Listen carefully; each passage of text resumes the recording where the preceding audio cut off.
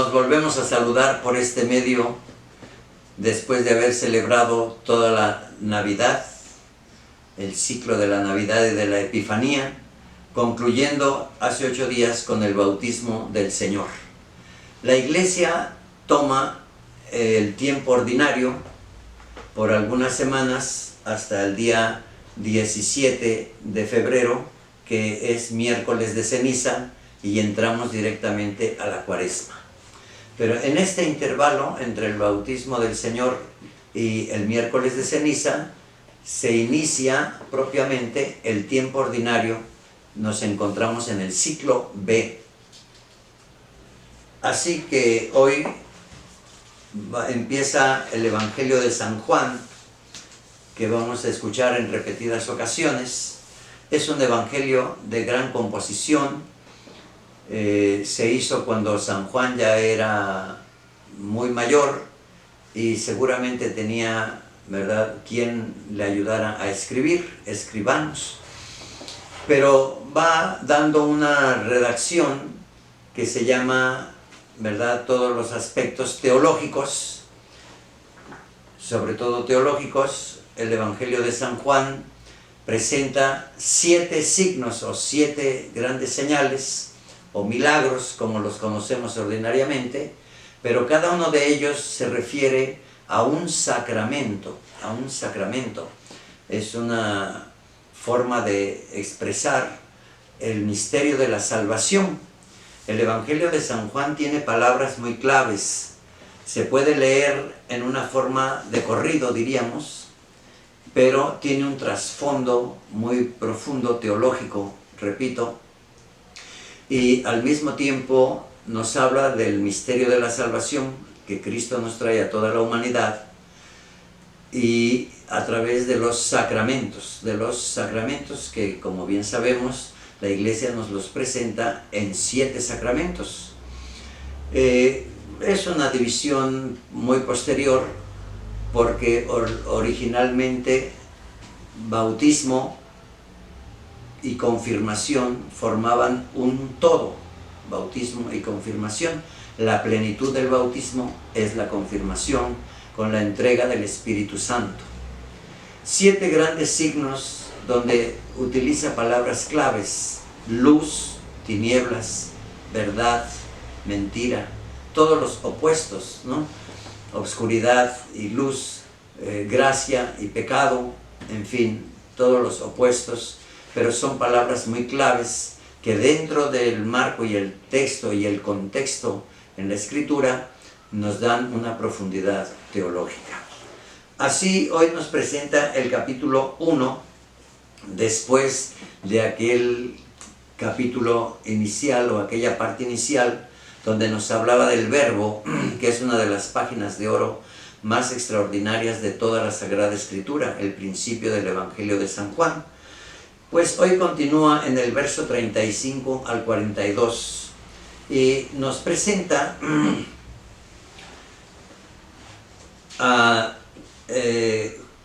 una vez más la figura de Juan el Bautista. Dice: estaba con Juan el Bautista 2 de sus discípulos, y fijando el Bautista los ojos en Jesús que pasaba, dijo: este es el Cordero de Dios. Es una forma de presentarla muy diferente a como lo presenta San Lucas o San Marcos, ¿verdad?, en el río Jordán, como lo veíamos hace 8 días al celebrar el bautismo del Señor. Pero hoy supuestamente es el cuadro que presenta Juan el Bautista predicando precisamente sobre la llegada del Mesías, y señaló cuando vio que Jesús pasaba, diríamos, por enfrente, y lo señaló y dijo: este es el Cordero de Dios. 2 de los discípulos que estaban ahí con él, dice, al oír estas palabras, siguieron a Jesús. Hace referencia inmediatamente a Andrés, el hermano de Simón, Pedro, y Juan, que es el que lo escribe. Quiere decir que estaba Andrés y Juan, y eran discípulos del Bautista. Mire, este es un dato muy interesante. Ellos eran discípulos del Bautista. Quiere decir que habían preparado su corazón con las palabras y la enseñanza de Juan el Bautista. Aquí tiene una intención más a fondo de la tarea de Juan el Bautista y cómo se prolonga en la vida del creyente la enseñanza de Juan el Bautista, en la conversión y en el arrepentimiento. No se puede dar estas dos palabras, estas dos acciones en nuestro interior si no conocemos quién es Jesucristo. Es decir, ¿cómo voy a regresar a Dios? Juan nos va a decir cómo podemos creer y amar a Dios si no amamos al prójimo.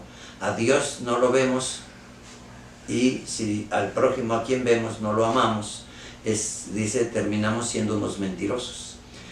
Ahí el pensamiento de Juan es ese: conocer a Jesús para dejar lo demás y seguir a Jesús. Y nos presenta la preparación, repito, de Juan el Bautista: arrepiéntete, conviértete, ¿verdad? Porque atrás de mí viene uno que es más grande que yo. Pues como una continuación de esa predicación, dice, aquellos dos discípulos siguieron a Jesús. Jesús se volvió hacia ellos y viendo que lo seguían, les preguntó, ¿qué buscan? Este renglón es muy interesante porque oyeron a Juan el Bautista, vieron a quien señalaba, dejaron aquel discipulado, siguieron a Jesús y caminaron tras de Jesús. Cuando Jesús descubre que lo vienen siguiendo, parece que se detiene, porque quien sigue a Jesús, Jesús siempre le dará la cara. Es lo que quiere decir. Volviéndose hacia ellos, les preguntó, ¿a quién buscan? Es importante tener en la inteligencia con claridad a quién buscamos. Buscamos al Salvador, buscamos al Mesías, porque eso es lo que predicaba Juan el Bautista, ¿verdad? Encontrar al Mesías. Ellos le contestaron, ¿dónde vives, Rabí? Que significa maestro.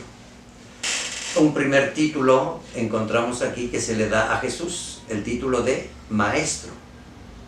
Se le llama maestro a quien trae la sabiduría de Dios.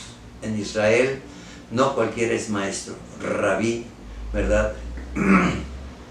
Significa maestro, pero con la sabiduría de Dios.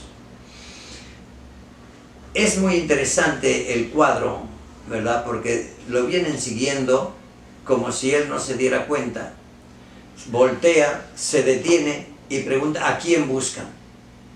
Una pregunta que la vamos a escuchar más adelante, sobre todo en el prendimiento de Jesús, cuando en el huerto de los olivos viene la turba para agarrar preso a Jesús y él les dice, ¿a quién buscan?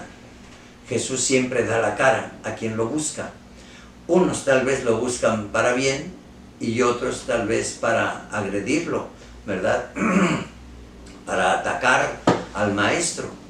El maestro que enseña la verdad de Dios, con mayúscula, verdad. La verdad. No cualquier verdad relativa, sino la verdad en un sentido universal y divino. Maestro, rabí o rabuní, como le dijera María Magdalena en la mañana de la resurrección, rabuní. Bien, pues cuando uno se encuentra con una persona que le interesa a uno y quiere uno conocerla, pues parece que siempre preguntas, oye, ¿dónde vives? O ¿cómo te llamas? O ¿quién eres? ¿No? Preguntamos cosas muy elementales. Pero aquí lo curioso es que con preguntas nadie conoce a nadie.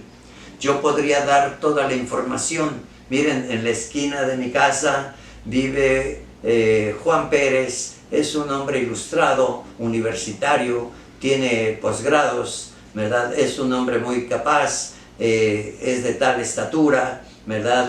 Delgado, ancho, lo que sea, ¿verdad? y tiene un carro tal o cual y da clases en tal parte. Con eso es una información. Y con una información nadie conoce a nadie. Nosotros podemos estar muy informados después de 21 siglos sobre Jesús. Dónde nació, cómo nació, quiénes fueron sus padres, qué hizo, qué predicó. Podemos tener toda la historia, diríamos, de Jesús hombre, pero con eso no lo conocemos, no lo conocemos. Como dice el pueblo, ¿quieres conocer a Andrés? Vive con él un mes, ¿no? Solamente en la convivencia. ¿Qué le gusta? ¿Por qué piensa así? ¿Por qué no piensa de otro modo? ¿Por qué habla una cosa? ¿Por qué no dice la otra? En fin, cuando tú vas interiorizando el pensamiento de una persona, los gustos de una persona, los afectos de una persona, entonces poco a poco se va conociendo a la persona, solo en la convivencia, ¿verdad? En el compartir emociones, entre la empatía y la simpatía, cuando se empatan los sentimientos y las emociones, decimos, voy conociendo a una persona. Antes no lo podemos conocer, y además es muy relativo el conocimiento que tenemos, porque de un día para otro ya no somos los mismos, ni somos iguales, y menos de un año para otro ya no somos iguales. Hemos cambiado, ¿verdad?, nuestra forma de ser o hasta de pensar, nuestras convicciones. Bueno, pues la primera pregunta es una pregunta muy natural, pero que no lleva a ningún conocimiento. Y le preguntaron, ¿dónde vives, Rabí? Y Jesús les da por respuesta una invitación: vengan a ver. Ahora hay que ver algo nuevo, diferente. ¿Dónde vive el Señor? ¿Dónde lo encuentro? ¿Dónde es su casa? Y ahí, queridos hermanos, pues tenemos que detenernos, contemplar esas palabras para poder encontrarnos con Jesucristo. Y Jesucristo, siendo Dios, pues como dice el catecismo, está en el cielo, en la tierra y en todo lugar. Pero ¿cómo encontrarnos con Él exactamente para ser testigos de Jesucristo? Verlo, oírlo, conocerlo, cómo piensa, cómo siente, cómo ama, cómo corrige, qué tareas desempeña. En eso se va fraguando la fe. La fe es creer en una persona. Yo puedo decir, creo en Dios, pero no creo en su iglesia, no creo en sus obras, no creo en lo que dice, que es lo que ordinariamente ha pasado, ¿verdad? Decimos que creemos en Dios, pero no creemos en lo que Jesucristo ha hecho, que es su iglesia, que es la tarea de la salvación. En eso no creemos. Mucha gente no cree en eso, ¿verdad? Mucha gente no cree en lo que dice, ni le importa qué dice Jesucristo, qué enseña, nada de eso le importa, ¿verdad? Dice, yo creo en Dios, pero no en su obra, no en su iglesia. Y estamos mutilando. En realidad, si tú dices, yo creo en ti, pero no en lo que dices, pues entonces no creo nada de ti. Tengo la conciencia clara de que existes. Una cosa es, creo en la existencia de Dios, y otra es, creo en la obra de Dios y en su enseñanza, en su doctrina. Eso hay que aclararlo muy bien, porque hoy en día hay demasiada gente que dice creer en Dios, pero en realidad no cree ni en su obra ni en sus palabras. De la misma manera, vengan a ver, es como abrir los ojos, pero ya no de un simple conocimiento racional. Vengan a ver, es una invitación que, con la misma invitación que hace Jesús, abre el alma, el espíritu. Dice, fueron pues, vieron dónde vivía y se quedaron con él un día. 4 elementos importantes. Fueron, vieron y se quedaron un día. Aquí, para no entretenerme en tantos detalles, un día significa para siempre. Un día en Dios es como 1000 años en la tierra. Un día quiere decir para siempre, un día. Se quedaron con él un día, y es verdad, ¿verdad? Son los que siempre siguieron al Señor un día. Dice, eran como las 4 de la tarde.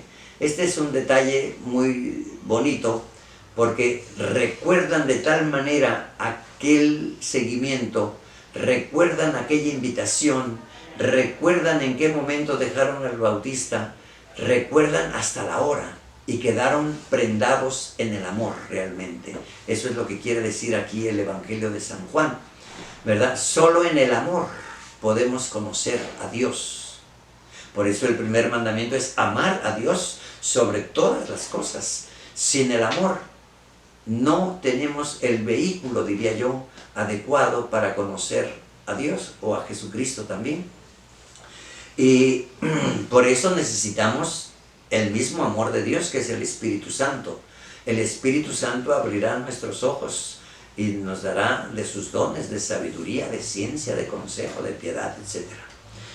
En el amor conoceremos a Jesús y conoceremos al enviado del Padre. Conoceremos la salvación, conoceremos dónde vive. Lo encontraremos rápidamente si nos proponemos seguirlo. Eso implica la disciplina, el ejercicio, el querer, la voluntad de hacerlo, ¿verdad? Fueron, vieron y se quedaron con él un día. Como las 4 de la tarde, me recuerda las palabras que decían los mayores cuando decían, oye, yo conocí a tu mamá cuando caminábamos en el parque a la hora de la fiesta del kiosco, ¿verdad? Con la música del kiosco, unos iban a la derecha, otros para la izquierda, y cuando nos vimos, ligamos, dicen ahora los jóvenes, y eran como las 6 de la tarde, vamos a poner otra hora. Pues así, ellos vieron a Jesús y no se les olvidó, eran como las 4 de la tarde. Esta hora incluso implica algo mucho más, porque Jesucristo fue subido a la cruz a las 12 y murió a las 3. Pero quien conoce a Jesucristo después de la cruz, quiere decir que lo conoce resucitado, como Lázaro, que fue resucitado al 4.º día. Dice, bueno, pues aquí eran como las 4 de la tarde, antes de que se ocultara el sol, antes de que terminara el día, antes de que termine nuestra vida terrena, ¿verdad? Porque el día en Israel termina a las 6 de la tarde y empieza un nuevo día. Bueno, pues antes de que termine nuestra vida, antes de que termine el horario del día, ¿verdad? Eran como las 4 de la tarde. Quiere decir que dilataron todo un día, ¿verdad? Para nosotros serían las 24 horas. Y con eso fue suficiente. Su vida cambió, se transformó, ¿verdad? Y regresaron llenos de emoción. Querían encontrar a alguien para platicarles, para decirles, se habían transformado. ¿Cuántas veces por el simple hecho de ver una buena película decimos, oye, ve esta película, está muy buena, te la recomiendo, ¿no? Porque a mí me gustó y me gustaría que tú la apreciaras, que tuvieras el mismo gusto que tengo yo. O algún otro acontecimiento que nos emociona, decimos, yo quiero que tú participes, que tú lo conozcas. Así Andrés y Juan regresaron con la emoción de contarle a alguien, ¿verdad? Y traían una sola razón, y esa razón era, hemos encontrado al Mesías, que significa el ungido. Andrés, al primero que encontró fue a su hermano Simón, a quien el Señor le llamó Pedro. Dice, era uno de los dos que oyeron lo que Juan el Bautista decía y siguieron a Jesús. El primero a quien encontró Andrés fue a su hermano Simón y le dijo, hemos encontrado al Mesías. Ahí está la gran predicación. Ahí está el querigma o el primer querigma. Hemos encontrado al Mesías. El querigma no lo podemos decir teóricamente, ¿no? Primero arrepiéntete, conviértete, el bautismo, etc. Lo podemos hacer un esquema frío. No. Hemos encontrado al Mesías, quiere decir, yo traigo la emoción y la experiencia de haber convivido con Él un día. Un día es más que suficiente. Es el tiempo unitario, un día. ¿Qué quiere decir, verdad? El Mesías, el ungido, es decir, el que trae la unción del Espíritu, el Mesías que fue anunciado por los profetas, del que nos ha hablado Juan en el río Jordán, ¿verdad? Lo hemos encontrado tal como nos lo enseñó Juan el Bautista. En el Evangelio paralelo a este relato, ¿verdad? Dice que él preguntó, ¿y quién es? Y ellos le volvieron a decir, pues ven y lo verás. Nadie puede decir quién es Jesús, solo el que lo experimenta. A Jesús hay que experimentarlo en su amor y por el amor. Si no, de lo contrario, vamos a dar una información y no un verdadero conocimiento. Hay una diferencia entre informar y conocer. Por eso, para conocer a Jesús no basta la información, como no basta la información de mi vecino que vive en la esquina. Es necesario convivir, conocerlo. No se conformen, queridos hermanos, con la información que tengan acerca de Jesús. Ven y lo verás. Es casi una afirmación. Si tú vienes, lo verás. Ven y lo verás. Quiere decir, ten la experiencia que yo tuve. No te puedo decir quién es, pero ven y lo verás. Esta es la gran predicación. Es la gran evangelización del querigma. Ven y lo verás. Convéncete por ti mismo. Fueron pues, ¿verdad? Lo llevó a donde estaba Jesús, y Jesús, fijando en él la mirada. Esta es otra expresión profunda teológica, porque es la mirada de Dios, es la mirada de amor, es la mirada del amigo. Aunque esa mirada penetre hasta nuestro corazón y Él conozca todas nuestras miserias, ¿verdad? O nuestras virtudes, como pasó, ¿verdad?, con el otro discípulo, ¿verdad? Ven y lo verás. Jesús lo encontraron, pero es Jesús quien lo mira. Aquí es como un poco hacer un lenguaje paralelo. Nosotros queremos ver a Jesús, pero en realidad es Jesús quien nos ve a nosotros. Lo que se ha dicho repetidas veces, que es Él quien nos busca primero antes que nosotros a Él. Él nos ve. Dice, ven y lo verás, pero es Él quien fija en ti la mirada. Qué importante decirle, míranos, Señor, míranos hasta el alma, mira nuestras necesidades, mira nuestra curiosidad, mira el deseo que tenemos de conocer. Jesús, que se le quedó viendo, lo reconoce como alguien a quien el Padre ha elegido, como si Dios Padre le dijera a Jesús, este es. Por eso Jesús le dice, tú eres Simón, hijo de Juan. Lo tutea. Eso en el lenguaje de Israel es muy importante. Cuando alguien tutea a alguien, es porque tiene autoridad sobre esa persona. Por eso en muchas ocasiones se dice, no estés tuteando a tus mayores. Es una falta de educación. Una educación que se ha perdido desgraciadamente, ¿no? Y hoy tuteamos incluso a nuestros mayores y los tratamos igualadamente, decimos, no te iguales, ¿verdad? Aprende a respetar a tus mayores, porque tus mayores deben ser respetados porque tienen mayor capacidad que tú y en desarrollo.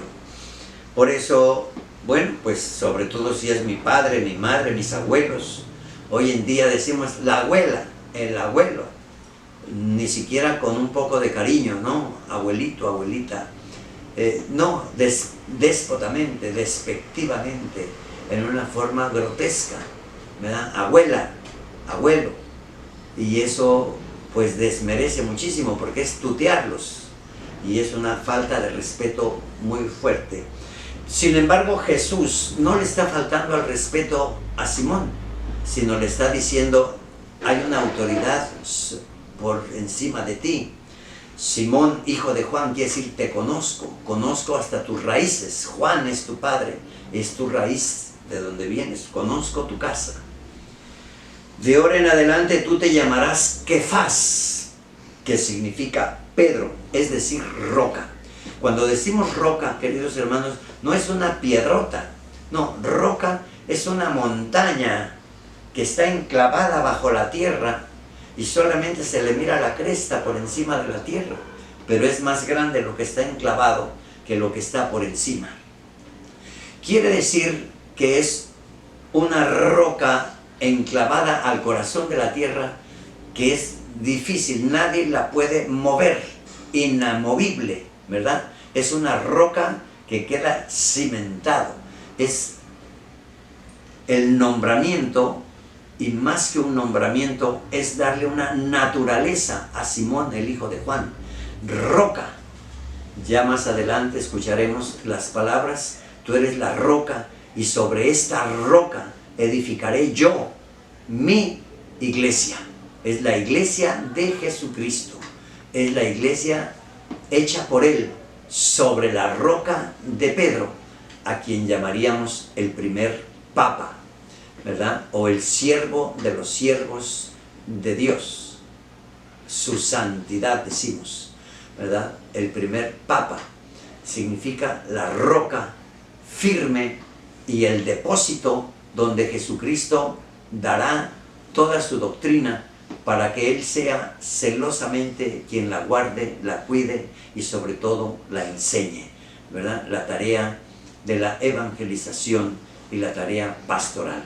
Pues esta página del Evangelio de este segundo domingo del tiempo ordinario nos enseña pues a hacer una continuación de la predicación de Juan el Bautista para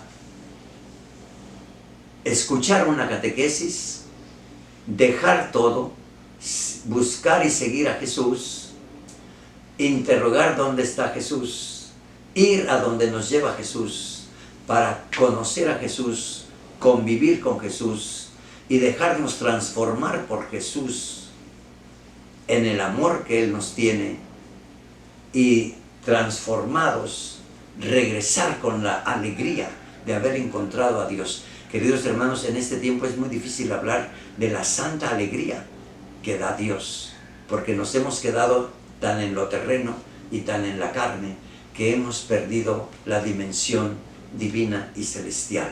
No pierdas la dimensión divina y celestial. Jesús siempre sale a nuestro encuentro y es Él quien más nos mira y nos conoce y nos transforma para confiar en nosotros y enviarnos a evangelizar a todos los pueblos y naciones, haciendo nuevos discípulos, de tal manera que Jesús empieza con 12 y hoy podemos decir que el mundo entero busca y desea ver al Señor, ¿verdad? Y conocer al Señor. No te conformes pues con una información de Jesucristo. Alabado sea por siempre el Señor, en el nombre del Padre, del Hijo y del Espíritu Santo.